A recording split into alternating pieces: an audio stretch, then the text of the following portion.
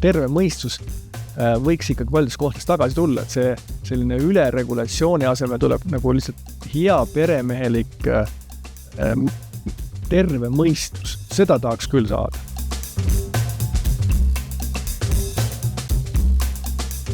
Indrek, kas sulle tundub ka, et maailm on täiesti hulluks läinud? Mulle tundub. Mis mulle tundub? Mulle tundub, et maailm on juba pikka aega hulluks läinud. See midagi uut ei ole selles mõttes, et kui me mõtleme näiteks 5 aastat tagasi, no täna, eks ole, 5 aastat tagasi on siis 2020 märtsikuus, siis oli ju, me olime kõik istusime karantiinis, istusime toas, vaatasime televiisorit, õue ka ei tohtinud minna, kui siis poodi mingisugune X kellaajal on, ja siis ma tean, et oli lemmikpood, oli mulle T1, eks ole, kus nagu nii rahvast ei olnud, seal käisin Selveris. Nii. Et kui ikkagi maailm oli sellel ajal, oli isegi, et Hispaanias ei lubatud inimeste rannas olla, kus on kõige tugevam see UV-väli, mis tapab kõik viirused ära, eks ole, siis seal kästi ka maskid ette panna, kus ei lubatud olla, eks ole, lastel mänguväljakul, tõmmati lindiga ümber, et lapsed jumala pärast mänguväljakul lähe, kus on tuul ja värske õhk ja kõik, eks ole. Ja mingit viirust seal ei levi. No võt, see oli meil 5 aastat tagasi normaalsus, eks ole, või see hullumeelsus. Täna tundub väga hullumeelne aeg. Ma ei tea, kas me seda tagasi tahame saada, on ju.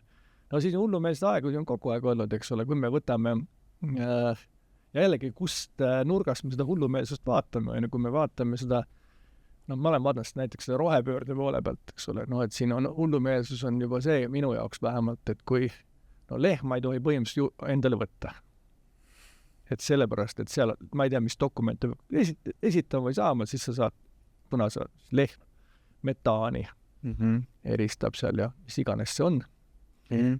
Ja siis samal ajal, eks ole, sõida siis süsiniku neutraalse elektriautoga on väga popp sõita, selle peale maksab riik veel peale ka, et sa sellega sõidaksid või ostaksid, eks ole. Ja siis, kui sa siis selle vana auto maha müüd, saad jälle toetust riigi käest.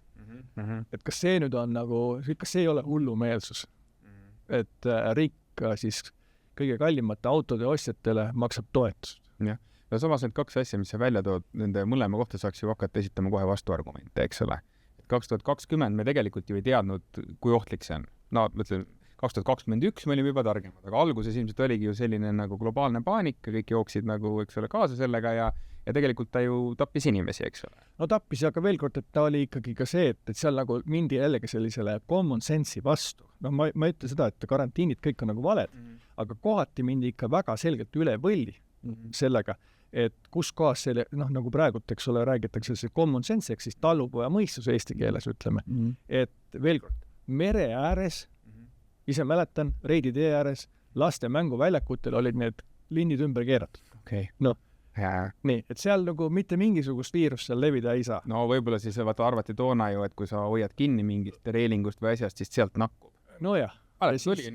Toiduaineid ju desoti, kui poest toodi endale koju. Ja edasi. Ja siis see sama, et ma mäletan seal, et kui jalutamast tohtis vist käia 2 kaupa. 2+2 reegel oli. No mida, ja 2+2 oli see meetrites, kui palju veel on, aga et see, et ärge siis suuremas seltskonnas jalutama küll minge. Et kui seal Pirita jõe ääres jalutad, siis vaatad, et ikka pead ikka mitu sammu vahet ja nii edasi, et see no loomulikult tagantjärgi tarkus on ju alati magus, eks ju, aga ma mõtlen, et kas sa toona päriselt juba märtsis 2020 mõtlesid niimoodi ja aprillis või oli ikkagi paanika sul ka?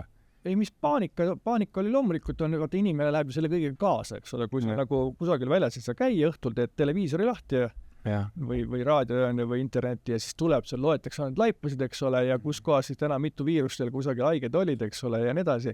Et see tegelikult see foon meil tegelikult, kus me oleme selles meediaruumis, see tegelikult mõjutab meid. No muidugi, absoluutselt. Sellepärast me suga siin saadet teemegi, et seda mõjutada. Et kasuta võimalust hästi. Aga see, kui juba suvel ma mäletan, siis me just hakkasime seda respireid tegema ja siis ma olin selle UVC-ga seoses, ma olin seda nii palju teooriat lugenud. Ja mulle mäletasin väga hästi, et võib-olla paljud ei mäletagi, mis see on. Tapeti sellega viiruseid nagu deaktiveeritakse saab UVC-ga ja siis et see selline ütleme nii, et see oli teooria kõik. Aga jah, see oli aeg ja edasi, et praegult on jälle teistmoodi hullus, et ma ei tea, millal... Ma panin selle korra endale peale, ühesõnaga, mõtlen selles, et see puhub värsket õhku. Puhastatud õhku. Mitte värsket, aga puhastatud õhku. Ja siis ma mäletan, sa omal ajal seletasidki mulle, et õhku inimene hingab nagu... õhk liigub ülespool. Just, mis tuleb nagu nii-öelda keha juurest. Ja siis ta blokeerib nagu selle musta või viiruserikka õhu ära. Ta puhastab selle ära ja siis üles puhub, aga nagu ikkagi siit külje pealt tuleb teist õhku ka juurde. Ega see päris puhas õhk ei ole, aga tõmbab fooni alla. Nii, aga see praegult võib-olla ei olegi kõige tähtsam see tänase teema juures, eks ole, et meil kogu aeg nagu aetakse mingisugust fooni ülesse, nagu hirmutavat fooni, ma ei tea, miks seda vaja on. Ja ma ei tea, kas niimoodi saab nagu paremini rahvast valitseda või mis iganes. Meil vist huvitab inimesi, et vaata konfliktid ja hirm kuidagi hoiab inimest ju käimas. Jah. Ja see on nagu see, eks ole, võitleja ja ikkagi seisund on nagu sees. Loomulikult see ei ole nagu tervislik. Ja see on väga õige, et selle välja tood, sellest võiks kindlasti täna rääkida ka, et kuidas ikkagi sellist nagu pigem, kuidas öelda siis, rahu ja õnnetunnet üleval hoida, aga sul on selles mõttes õigus. Nüüd, ma ei tea, kas sellest roheteemast, mis sa nüüd tõid, sellest võiks nüüd rääkida mitte ainult 2 tundi, vaid võiks rääkida nagu võib-olla päevi, nädalaid, kuid, sest et see on olnud mingisugune väga selge suund ja ma saan aru, et mitte ainult Euroopas, vaid ma ei tea, Hiina, eks ole, elektrifitseerimine ja nii edasi, et see on tegelikult ju igal pool on trendid, ma saan aru, et Ameerikas ka oli mõte sellest, et Donald Trump pöörab justkui tagasi mingisuguseid otsuseid ja konventsioone, siis tegelikult seal ikkagi fondid ja suured ettevõtted vaatavad selgelt nagu ette ja näevad, et me selle nagu raiskamisega tegelikult ei pea kaasa tingimata minema ja tulevik võib olla hoopis teistsugune. Selle peale sa noogutad ja sa noogutad selle peale, et see raiskamine on ikkagi, ühesõnaga, sa ei ole päris seda meelt, et kuidas nüüd oli, et drill, baby, drill ja et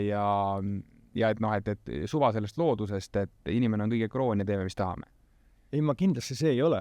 Ja veel kord, et ma olen siin ka vahetavalt sõna võtnud selle sama rohediili või roheleppe suunal aga veel kord, ma ei ole mingisugune eitaja ja ega ma ei ole nagu, aga ma üritan igal pool, et katsuks nagu hoida sellist selget talupoja mõistust, et ärme nagu lähe üle võlli igal, et meil on nagu kombeks minna täiesti nagu üle paljudes kohtades, et paneme aga nagu juurde, hirmutame rahvast jällegi, et kuidas see planeet nüüd kohe ära hävib, on ja siis sellega nagu üritab keegi siis oma nagu tooteid müüa põhimõtteliselt, eks ole, see on see, mis meil tegelikult ju väga paljudes olukorras toimub, aga see, kui Euroopa Liit räägib, et me teeme seda rohepööret esirinnas, siis tegelikult ju väga palju räägivad need suured ülemused seal, räägivad sellest, et siis me oleme tehnoloogiliselt eespool, siis me saame teistele oma tehnoloogiaid müüa.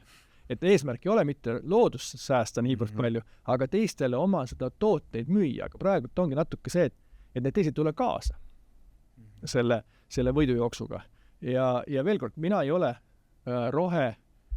nende küsimuste suhtes, et nüüd eitan ja... Aga pane see juurde positiivsesse võtmesse, mille poolt sa siis oled? Mina olen selle poolt, et tarbiks mõistlikult, et tõmbaks tarbimist alla, vähendaks tarbimist, et meil oleks tooted, mida me täna ostame, oleksid pikema eluea. Parandatavad näiteks? Parandatavad, just nimelt, nii nagu vanasti nagu olid, eks ole, niimoodi, et kui palju siis me... Aga tänasel päeval liigume risti vastas suunas, eks ole. Aga see on jällegi seesama meie majandusmudel, et sellepärast, et meil on vaja kogu aeg ju rohkem müüa, eks ole. Ja kui kujutan ette, kui nüüd siis see näiteks pesumasina tehas, või nõudepesumasin, mis iganes, eks ole, kui see hakkab tootma ühel hetkel niisuguse masin, mis peab vastu 100 aastat. Ja ainult seal midagi vahetavalt, ta on töötud varsti. Ei ole mitte midagi teha. Aga pigem on see, et veel kord, et kui sa siin 30 aastat tagasi ostsid mingisugune seadme, see pidas vastu 20 aastat, siis ostsid 10 aastat tagasi seadme, see peab vastu 10 aastat. Ja võib-olla veel kiire. Ja kuidas sellest nõiaringist välja tulla? Ega sellest välja tulla, ma ei kujuta ette, selleks peab olema teised inimesed, eks ole. Aga natuke nagu Euroopa regulatsioonid ja justkui nagu see rohehullus, nagu öeldakse, või mis iganes, sinna poole ju liigubki, et lõpetame ära selle raiskamise. Aga kas ta ei liigub?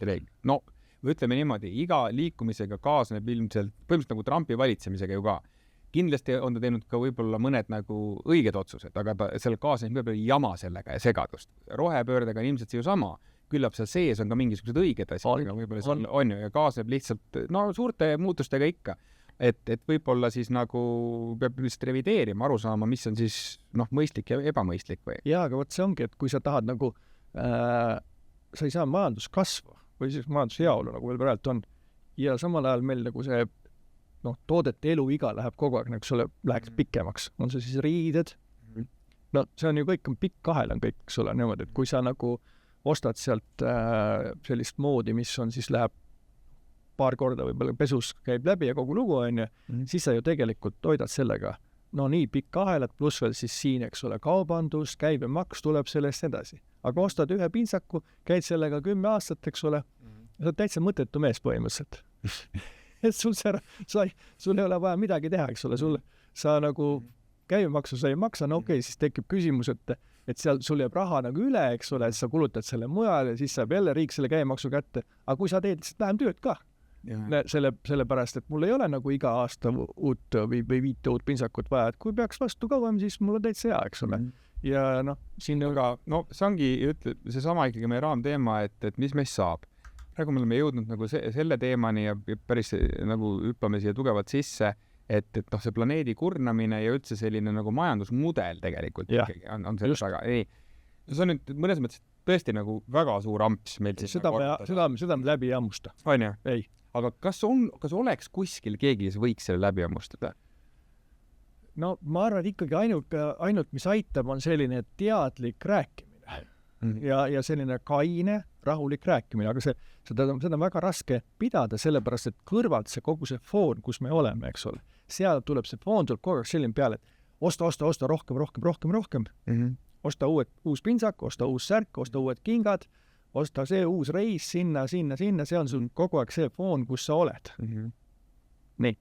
Ja siin peaks siis olema teine foon, mis tasakaalustab, et vaata üle, et sul kapis on tegelikult riided küll. Sa ei pea ostma nagu mitme aastaga auto, sa võid sõita sellega 10 aastat rahulikult, eks ole, mitte midagi hullu ei ole sellega, kui sa teed 10 aastat või sa teed 6-7 või mis iganes kellele. Nii. Ja võt see on see, mis peaks seda nagu tasakaalustama, aga seda jõudu ei ole ja täna ei tundub, et seda ei ole, isegi oletame, kui riik võtaks sellise nagu põhimõttes. Sa räägid Eesti riigist? Näiteks, või siis Euroopa Liit laiemalt, siis tal tekib kohe see konflikt, et ta ei saa enam maksa nii palju. Okei.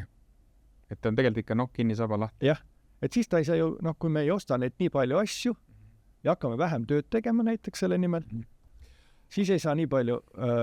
See on nagu silmakirjalik ju, üldse sellist asja rääkida. Aga muidugi. Ühest küljest tegelikult on kõigil vaja ju rohkem tulusid, eks ole. Jah. Ja rääkimata nüüd kõik see uus kontekst, kus meil on, eks ole, julgeolekukriis, me peame suurendama veel maksukoormust, eks ole, me suuname veel rohkem raha julgeolekusse, mis on ju mõnes mõttes ka nagu aru saadav, siis öelda nüüd veel hakata rääkima, et kuulge, aga äkki hoopis elaks teistmoodi ja elaks säästlikumalt, siis kas see läheb üldse omavahel kokku? Ma ei tea, minu pähe see ei mahu niimoodi. Mina vaatan, see praegune mudel läheb ikkagi selles suunas, et me nagu rohkem ja siis teeme nägu, et me oleme selle juures rohelised. Aga samas jällegi, kui nüüd rääkida sellest, et kuhu me justkui nagu liikunud oleme, ütleme näiteks Euroopa ja näiteks Põhja-Euroopa, kes on ju meil siin eeskuju, siis tegelikult ju Põhja-Euroopas inimeste, ütleme, see mõttemaailm on ju selgelt selline, ütleme, taaskasutuskesksem, kui palju teistes kohtades on ju, et ikkagi mingid muudatused on toimunud vähemalt meie lähiregioonis ja me oleme sellest väga selgelt puudutatud, sest et oleme ausad, tegelikult ka meil on ju levinud see, et miks mitte minna osta, eks ole, second-handist pintsaku või nii edasi, eks ole. Et me ei ole tegelikult ju sellised nagu raiskajad oma olemused. Eestlased ei ole kunagi raiskajad olnud tegelikult. Me oleme vaeselt elanud tegelikult. Me oleme vaeselt elanud ja võib-olla see ongi nagu positiivne selles mõttes tuleb välja, jah. Aga lihtsalt, et ma tahan öelda seda, et tegelikult see mõtteviisi muudatus on ju näha ja see on toimunud, vähemalt Põhjala-riikides. Jah, aga nüüd, kui me võtame vist jällegi kõrvale, eks ole, kui palju meil see toodetud prügi hulk on, eks ole, ikka endiselt. See vist ei kahane.